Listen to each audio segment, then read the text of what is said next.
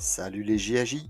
Aujourd'hui on voit le juge arbitre ou le juge arbitre jeune et les sanctions disciplinaires.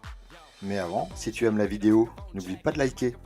Je te rappelle également qu'il y a un site internet réservé exclusivement à l'arbitrage du handball, ainsi que des liens sous la vidéo pour pouvoir t'aider à progresser dans l'arbitrage. Allez, sans plus attendre, c'est parti. On va voir dans cette vidéo l'avertissement, le carton jaune, l'exclusion, le 2 minutes, la disqualification, le carton rouge, et le carton bleu qui permet d'indiquer à tout le monde l'établissement d'un rapport.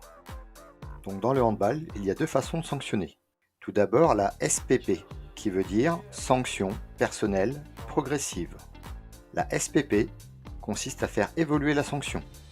Il y a également la SPA, qui veut dire sanction personnelle adaptée. La SPA consiste à adapter la sanction à la faute commise. Sur la vidéo, le joueur est en retard latéral et ne joue pas le ballon. En découpant le joueur, il mérite au moins une exclusion, 2 minutes. Il n'y a pas d'hésitation à avoir. Lorsque tu veux mettre une sanction, il convient de prendre en situation plusieurs éléments. Le temps de jeu, est-ce début de match, fin de match, le tir, et également le déplacement dans l'espace libre, ou si c'était une situation de contre-attaque. Voyons maintenant la progressivité des sanctions pour les joueurs. On commence par l'avertissement, qu'on appelle familièrement le carton jaune. Une fois qu'un joueur a reçu un carton jaune, derrière, s'il recommet une faute, il reçoit une première exclusion, qu'on appelle 2 minutes. 2 minutes correspond au temps passé sur le banc. Si le même joueur continue, il a une seconde exclusion, également de 2 minutes. Et enfin, le joueur reçoit une troisième exclusion 2 minutes. C'est maximum 3 exclusions dans un match.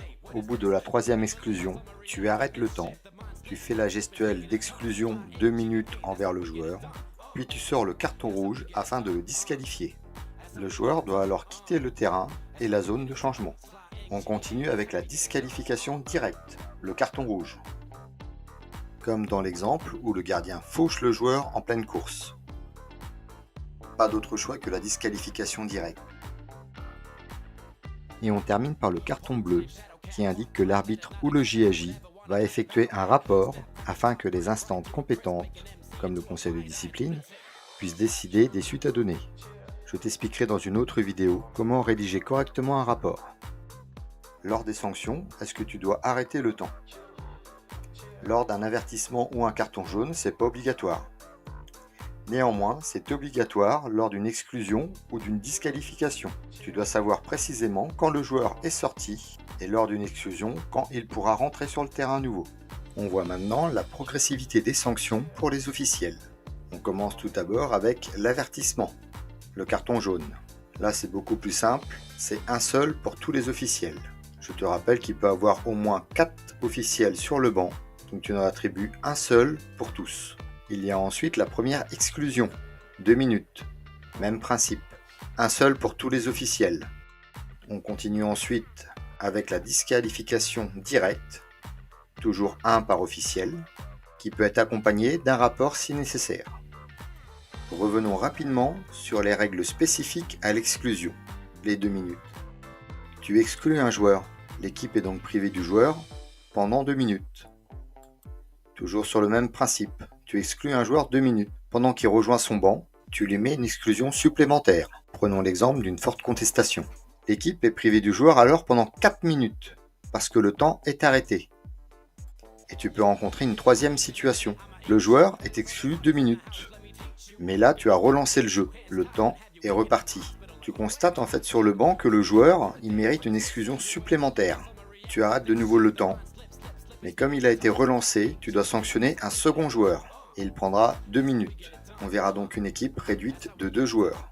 Sur les cartons de marque attribués à la CT Normandie, sur le premier recto, tu verras qu'il y a tout en bas « Remarques et incidents éventuels ». C'est là où tu notes les renseignements concernant les disqualifications, le temps, le numéro du joueur, s'il y a eu des propos de tenue, ça te permettra de te rappeler à la fin du match. Et de l'autre côté, tu as différentes cases qui te permettent d'indiquer les sanctions que tu as mises. Et tu remarqueras qu'en bas, pour les officiels, les cases sont différentes, comme je venais de te l'indiquer. Je te donne maintenant quelques conseils entre arbitres. Par politesse, on ne sanctionne jamais un joueur à terre. On attend qu'il se relève.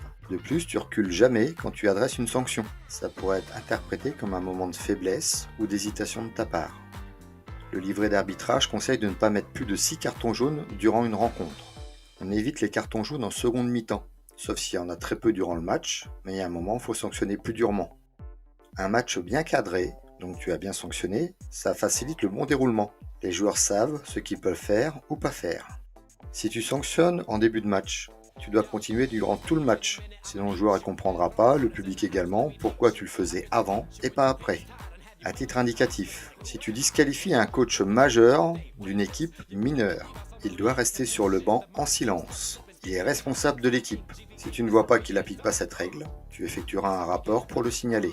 De même, si tu vois une altercation sur le terrain, ça commence à se bousculer, surtout tu n'interviens pas. Je te conseille de t'écarter pour repérer directement les fautifs et appliquer des sanctions s'il y a. Pour terminer, si tu vois une faute sur un joueur, mais que tu décides de laisser jouer. Tout de suite après la faute, l'attaquant redevient maître de son tir, mais malheureusement, il rate le but. Tu sanctionnes alors le joueur qui a commis la faute, mais tu ne redonnes surtout pas la balle au joueur qui a raté son tir.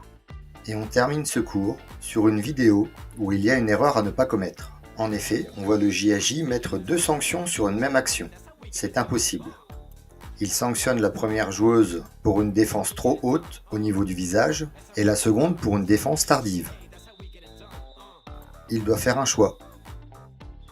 Mais il faut toujours sanctionner la faute la plus grave. Ça y est, tu as les premiers éléments concernant les sanctions disciplinaires. Allez, maintenant, à toi de jouer.